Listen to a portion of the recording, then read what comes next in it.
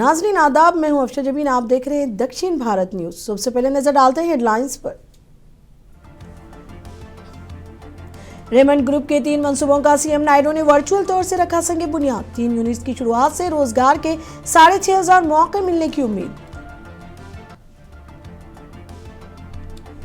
विशाखापट्टनम में CII partnership summit के दूसरे दिन भी अहम और बड़े मुआहदे, मुलाजिमत के लाखों मौके पैदा होने की उम्मीदें।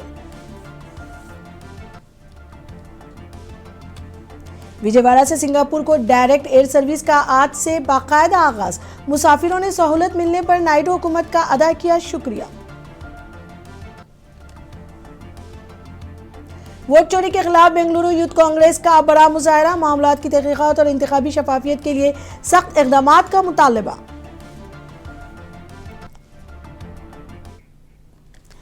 अब खबरें तफसील से। आंध्र प्रदेश के शहर विशाखापट्टनम में सीआईआई की 2 रोज़ा सरमायाकारी कॉन्फ्रेंस का आज दूसरा दिन है। इस दौरान वजीर आला चंद्रबाबू नायडू ने रेमंड ग्रुप के 3 बड़े सनअती मंसूबों का वर्चुअल संग बुनियाद रखा। रेमंड ग्रुप के एमडी गौतम माइनी और दीगर ओहदेदारान इस मौके पर मौजूद थे।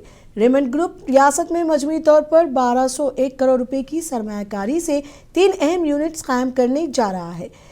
रापताड़ू में सिल्वर स्पार्क एरियल पार्क बन रहा है। कंपनी अनंतपुर के गड्डीपल्ली में ऑटो कंपोनेंट मैन्युफैक्चरिंग यूनिट कायम करने जा रही है और एरोस्पेस आलात की फैक्ट्री भी बनाने का काम शुरू हुआ है। बताया है कि इन मंसूबों के जरिए रियासत में 6,500 से ज्यादा रोजगार के मौके पैदा होंगे, जबकि कंपनी ने यकीन दहानी कराई है कि ये तीनों यूनिट साल 2027 तक शुरू कर दिए जाएंगे।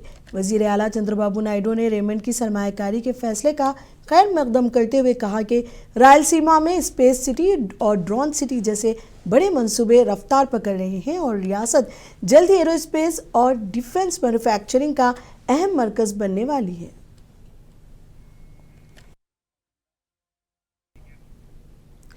विशाखापट्टनम में सीआईआई समिट के दूसरे दिन आंध्र प्रदेश के चीफ मिनिस्टर चंद्रबाबू नायडू ने कॉर्डेलिया क्रूजेस के नुमाइंदे से अहम मुलाकात की। इस दौरान साहिली सयाहत को आलमी मेयार तक ले जाने के मंसूबे पर तफसीली तबादला ख्याल हुआ।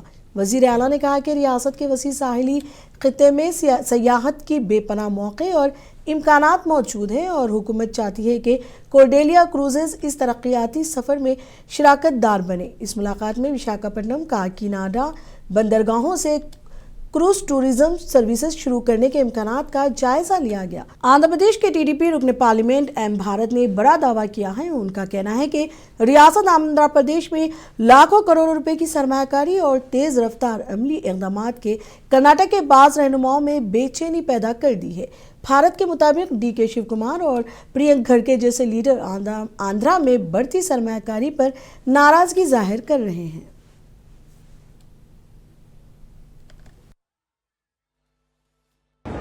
Karnataka, in terms of entrepreneurial activity, is the foremost in the country.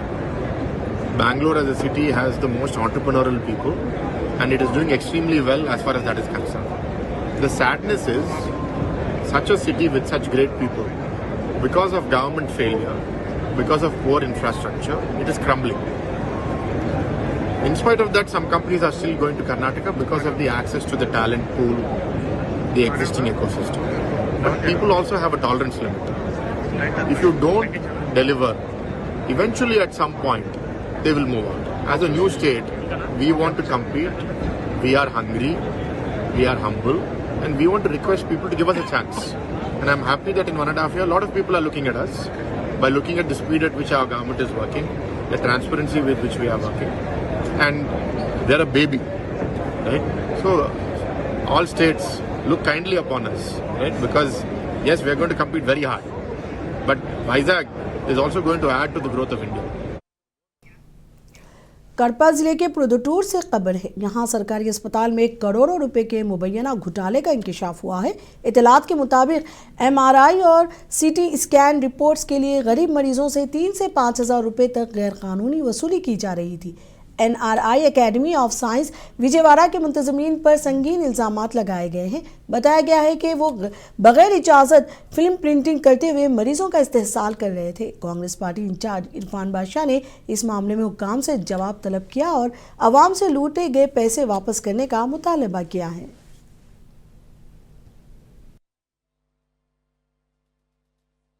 ఈరోజు ప్రొద్దుటూరు ప్రభుత్వ ఆసుపత్రిలో పేదవాడికి వైద్యం అందరాన్ని ద్రాక్షలా మారింది. ఎందుకంటే ఇక్కడ డాక్టర్లు అంతంత మాత్రమే ఉన్నారు.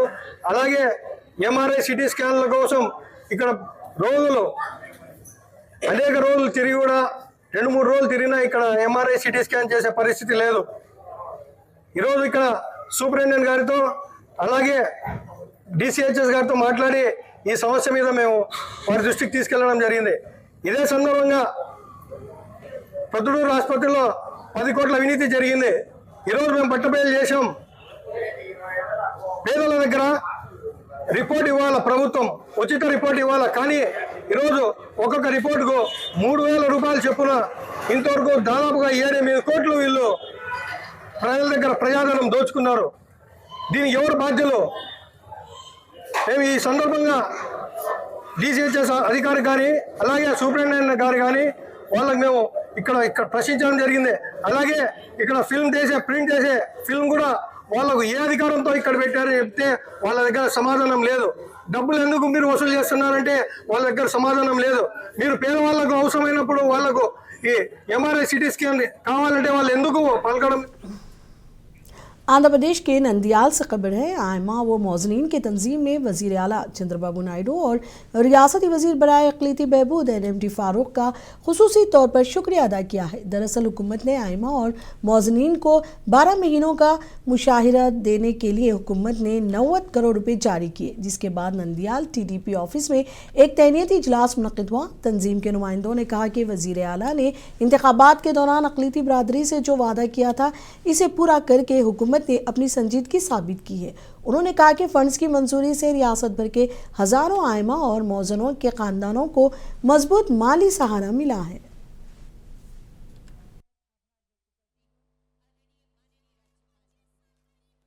ముఖ్యమంత్రి గారికి అందరూ కూడా థ్యాంక్ యూ సీఎం సార్ అంటున్నారు. ఇమాములకు, పేద ఇమాములకు, పేద మౌజన్లకు వాళ్ళకు ఆర్థిక సాయం చేయాలని చెప్పి ముందుకు వచ్చిన మహా వ్యక్తి చంద్రబాబు నాయుడు గారు. దాన్ని పునఃప్రారంభించింది, శంకుస్థాపన చేసింది చంద్రబాబు నాయుడు గారు. 2017-2018లో మొట్టమొదటిసారిగా వాళ్ళ పేదరికాన్ని గుర్తించి స్వయంగా వారు పిలిపించి మీకు నేను ఇది చేస్తున్నాను, ఇది ఇస్తున్నాను అని చెప్పి దాన్ని ప్రారంభోత్సవం చేయడం జరిగింది. 3,000 రూపాయలు మౌజన్లకు, పేషమాకు 5,000 రూపాయలు ఇచ్చి చేశారు. మళ్ళీ పాత ప్రభుత్వం పోయిన తర్వాత ఆ మహానుభావుడు గతంలో ఉండే ముఖ్యమంత్రి గారు మళ్ళీ 5,000, 10,000 ఇస్తామని చెప్పి 2 సంవత్సరాలు కరోనా ఉందని చెప్పి వేయలేదు. తర్వాత కొంతవరకు మళ్ళీ 3-4 నెలలు ఆయన బకాయిలు పెట్టిపోయినారు. ఆ బకాయిలతో సహా ఈ రోజు వరకు అప్ టు డేట్ సెప్టెంబర్ వరకు కూడా గౌరవ ముఖ్యమంత్రి గారు మొత్తం రాష్ట్రంలో ఉండే ఎంతమంది మన దగ్గర అప్లికేషన్స్ ఉన్నాయో 5,000 మంది ఇమాములకు, 5,000 మంది మౌజన్లకు ఈ రోజు రాష్ట్ర వ్యాప్తంగా ఉండే వారి పాత క్రెడిట్తో కలుపుకొని వైకాపా గవర్నమెంట్ ఉండే 3 నెలలు ఇబ్బంది డబ్బుతో కలుపుకొని మొత్తం 90 కోట్లు సెప్టెంబర్ వరకు ఇవ్వడం జరిగిన సంగతి మీకు అందరికీ తెలియజేశాం. ఎందుకంటే ఆ రోజు ముఖ్యమంత్రి గారు కూడా చెప్పడం జరిగింది. ఇది రానికి కారణం ముఖ్యమంత్రి గారు. అసలు ఎవరికి ఇమాములకు ఇస్తారని ఎవరికి బాగాని వారి తర్వాత మన పాస్టర్లు కూడా ఇచ్చాం. हमारे इमाम और मौजन को जो है तकरीबन उस वक्त जो है इमामा के और जो है मौजनों की तनख्वाह 3-4 महीनों की तनख्वाह जो बाकी रखे थे, ये हुकूमत आने के बाद उन बाकियात को जो है अदा करते हुए तकरीबन अब के जो है सितंबर तक जनाब चंद्रबाबू नायडू साहब सीएम साहब ने जो है हमारी इस मीटिंग के अंदर 11 तारीख के अंदर जो है ऐलान करके बताया कि हमने यहाँ पे आने से पहले सब आप लोगों की मोहब्बत के अंदर आकर कौम मिल्लत की मुसलमानों की मोहब्बत को देखते हुए तमाम मौजनीन का और जो है इमाम हजरात का मैंने अप टू डेट सितंबर तक जो है 90,000 करोड़ रुपए जो है इनको जो है इनके हक में सैंक्शन करते हुए इनके अकाउंटों के अंदर डाला है। इसलिए हम जो है हुकूमत का भी शुक्रिया अदा करते हैं और जो है फारूक साहब का भी जो है शुक्रिया अदा करते हैं। और इसी मौके पर जो है हम जो है थैंक यू सीएम साहब और थैंक यू जो है मिनिस्टर साहब के नारे से जो है हम पूरी आवाज देकर हमारा नारा एक है, तो लिहाजा इस मौके पर जो है इनका शुक्रिया। अदूनी के MLA पार्था सारथी ने जुमे के रोज़ कैंप ऑफिस में मुनक़िदा प्रजा दरबार में अवामी शिकायत सुनी, जहां शहरियों ने बड़ी तादाद में शिरकत की। इस दौरान एक नौजवान मस्तान ने शिकायत करते हुए इल्ज़ाम लगाया कि शहर के मंडीगिरी पंचायत हुदूद में इसकी 3 एकड़ ज़राई ज़मीन पर साबिक एमएलए साई प्रसाद रेड्डी के हामियों ने गैर कानूनी कब्जा कर लिया है। उसने बताया कि इसने माजी में पुलिस में शिकायत दर्ज कराई थी मगर कोई कार्रवाई नहीं हुई। बताया गया है कि एमएलए पार्था सारथी ने शिकायत पर फौरी रद्द-ए-अमल जाहिर करते हुए मुतासरा खानदान को मुकम्मल ताउन और इंसाफ दिलाने की यकीन दहानी कराई। वो तो वेंचर डाल के ఎప్పుడు చేశారు కబ్జా लॉकडाउन में सर లాక్డౌన్ లో మనం ఏం చేస్తున్నావు अब से दे रही सर जब से फिर रहे सर कहाँ फिर रहे भाई साहब मंडल ऑफिस को आरडीओ सर के पास हाँ। बहुत साल से फिर रहे सर नो कब्जा करे सो साई प्रसाद रेड्डी उनके पास जाना ना क्यों कब्जा करे बोल के नहीं पूछे पूछे सर सिविल कोर्ट को हमारे 3 टाउन पुलिस स्टेशन को भी गए तो हाँ। हमारे नाना साहब गए सर हाँ। गए तो కొంచెం బయట ఉండండి కదా बोले सर एसएससी साहब हाँ। बाद में सारे एमएलए सर फोन करें हाँ। साई प्रसाद सर फोन करके सिविल లో వేసుకోండి बोल को बोले सर अरे तुम ही कब्जा करे ना छोड़ना बोलना था बोले सर हाँ। नहीं सुने नहीं सुनते नहीं सुने हाँ? नहीं छोड़ते बोल रहे नहीं छोड़ते बोल को डराएंगे नहीं तुम्हारा जमीन है ना भाई तुम जाके नहीं बैठे वहाँ पे जाको बैठे सर हाँ। डिजिटल सर्वे सर भी आए थे सब लोग आए सर हाँ। वो आने में हमें लॉकडाउन पड़ा सर हमें थोड़े दिन तुम अभी जाओ तुम्हारा जमीन है ना हाँ, सर। तुम जाके वहाँ ठहरो कौन आते देखते हैं सर मंडगिरी 3 टन D2 में सर 3 एकड़ 30% सेंट हता D2 सर 444 मंडगिरी D2 में 3 एकड़ 30% सेंट हता सर 2018-2019 में डिटेल सर्वे आपको सर्वे करे सर वो रिपोर्ट दे बोल कर मैं हमारे सर सर्वे सर को कलेक्टर सर को बोले सर वो हमें जाके एमएलए सर को मिले सर एमएलए सर ने वो सब कब्जा कीजिए सर हमारे साई प्रसाद रेड्डी सर ने कब्जा करे सर जाको बाद में पुलिस कंप्लेंट दिए सर आरडीओ सर को मिले 3 टाउन पुलिस स्टेशन में गए तो भाई टुन्ना बोल को जर देर बिठाए सर हमारे नाना को हमें सर साई प्रसाद रेड्डी साहब के ऊपर सर ऐसे चला बोल के कब्जे बोल को बात करे सर 3 टाउन मंडगिरी 3 टाउन पुलिस स्टेशन में बोले सर सारा को 10 लाख बाहर बैठोगे तो बोले सर सीए सर बाहर बैठो बोले तो बाद में सर फोन करे सर एमएलए सर फोन कर को क्या बोले कि नहीं मालूम सर మీరంతా సివిల్లో చూసుకోండి కదా बोल को भेजे सर उस टाइम में जब जेसी कोर्ट में करे हमारे ऑफिस आरडीओ ऑफिस को गए सर को भी 3 और 4 मंथ्स के नीचे सर को भी अर्जी दी है अब तक इनमें शहर करपा का कदीम आस्ताने मुरादिया और कब्रिस्तान में गुज़िश्ता 4 दिनों से सर्वे का काम जारी है। समाजी कारकुन शामिर बादशाह की इतलात के मुताबिक शहर के कदीम आस्ताना और कब्रिस्तान का बंटवारा हुआ है। बताया गया है कि आस्ताने मुरादिया के बुजुर्ग हज़रत अली मुराद शाह रहमतुल्लाह अलैह के ख़ानदान के अफराद आपसी लड़ाई ख़त्म करते हुए कब्रिस्तान को 2 हिस्सों में बांट रहे हैं, जिससे शहर की अवाम में गम व गुस्सा देखा जा रहा है। बाज़ लोगों का कहना है शहर में पहले से ही कब्रिस्तानों की कमी है, जितने भी कब्रिस्तान हैं छोटे हो रहे हैं और हुकूमत से मुतालबा करने के बाद भी कब्रिस्तान के लिए जगह देने में हुकूमत को कई अरसे लग जाते हैं, लेकिन ये लोग एक औलिया अल्लाह के घर से ताल्लुक़ रखते हुए कब्रिस्तान का बंटवारा कर रहे हैं, जो कि दुरुस्त नहीं है।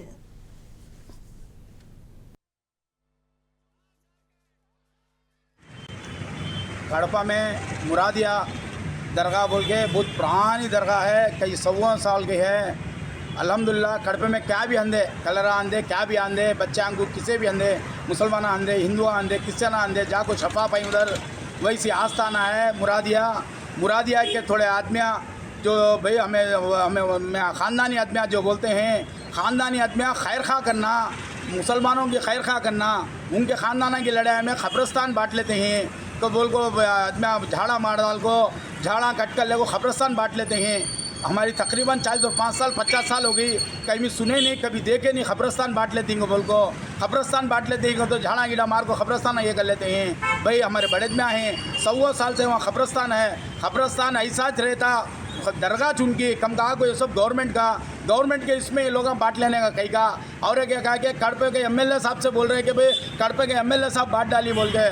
कड़पे का एमएलए साहब कभी भी मुसलमानों को क्या ख़राब करने वाले आदमी नहीं है, उसके मैच गवाह हों। कोऑपरेटिव कॉलोनी के तकरीबन 8 करोड़ 10 करोड़ की जगह कब्रिस्तान की बचा के दीवाना बन के हम लोग को दिए हुए हैं। अब आपको फिर याकूब साहब के बचाए हुए हैं, अभी मुरादिया के भी इंशाअल्लाह हमारे एमएलए साहब बचाती बोल के छे उनको उन्होंने लड़ लेते हैं तो इनको दोनों मिलेंगे ना हमारे एमएलए साहब किसी भी अंधे क्या भी खबरस्तान बांटे नहीं, अदना पब्लिक में चुप के पुकारा उठाई कि भाई एमएलए साहब बांट डाली बोल गए।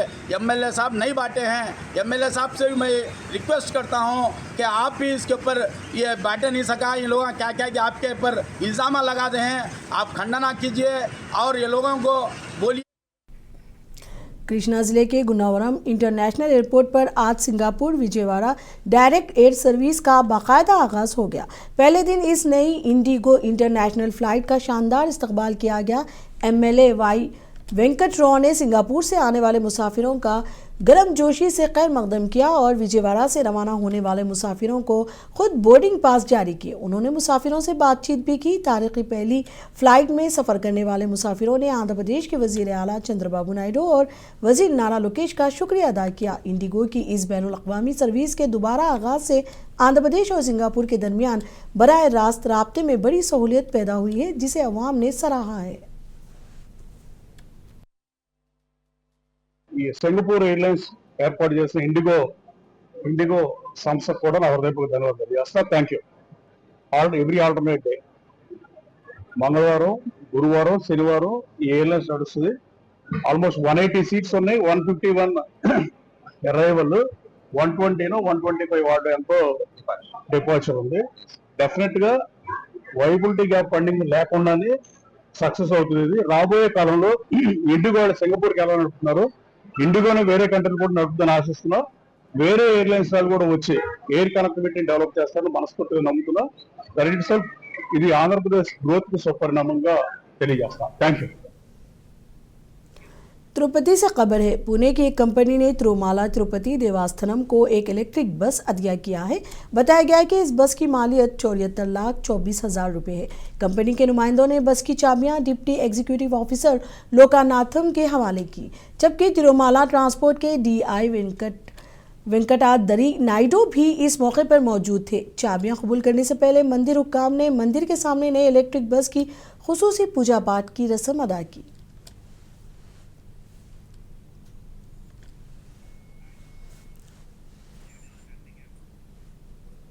बेंगलुरु में कर्नाटक प्रदेश यूथ कांग्रेस कमेटी ने आज बड़े पैमाने पर एहतजाज किया, जिसमें मुख्तलिफ रियासतों के इंतखाबात में वोट चोरी के इल्जामात आयद किए गए और इलेक्शन कमीशन ऑफ इंडिया और मरकजी हुकूमत से जवाबदेही का मुतालबा किया गया।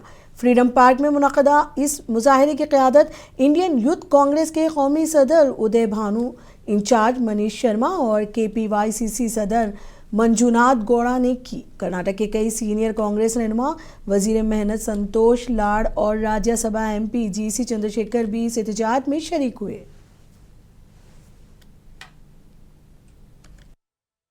देखिए, सिर्फ बूथ नहीं, इलेक्शन की EVM मशीन्स नहीं, वोटर लिस्ट नहीं, पूरा इलेक्शन कमीशन मिला हुआ है।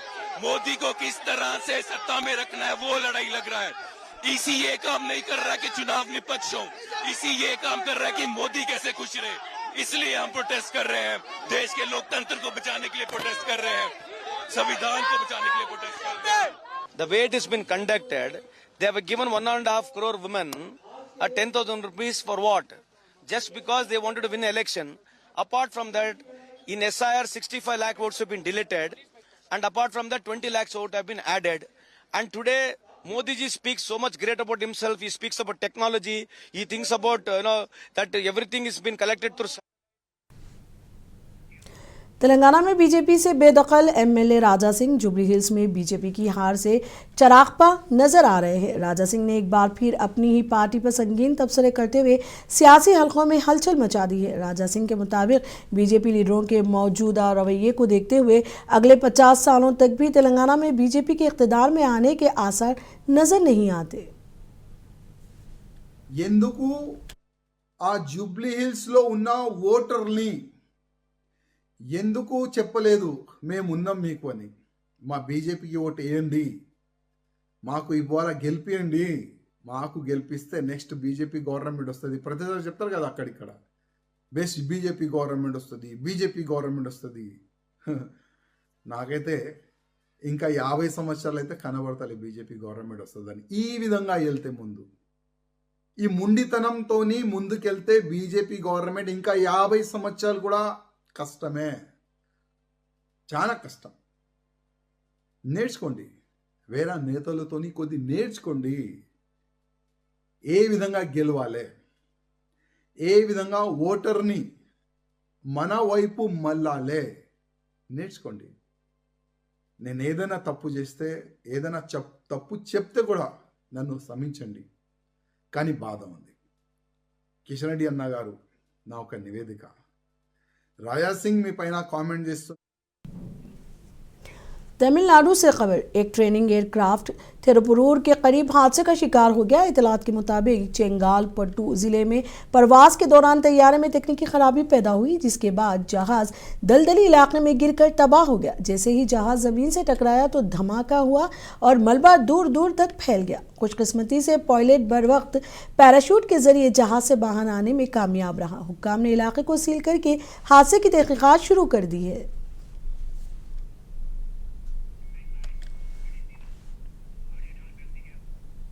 कर्नाटक के बेलगावी से खबर है, यहाँ एक चिड़ियाघर में 2 दिन के अंदर 28 काले हिरन पर इसरार हालात में हलाक हो गए। चिड़ियाघर के हुक्काम के मुताबिक पहले 8 हिरन फौत हो गए, जबकि मजीद 20 हिरन की मौत हफ्ते के रोज हुई। फॉरेस्ट नागराज का कहना है कि इब्तदाई शुबा इन्फेक्शन पर है, मगर असल वजह की अभी तस्दीक नहीं हो सकी है।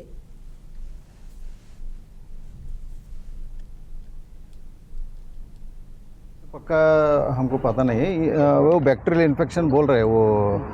वो हमारा डॉक्टर, यहाँ का डॉक्टर है, वो डॉक्टर एक्सपर्ट है, वो आने के बाद ही पता लगेगा। वो बाद में वो जू का रिपोर्ट, वो लैब का रिपोर्ट आने के बाद वो पक्का मिलता है। टोटल कितना सर? टोटल अभी आज 20। दक्षिण भारत न्यूज़ में अब तक के लिए इतना ही। मुझे दीजिए इजाज़त। आदाब।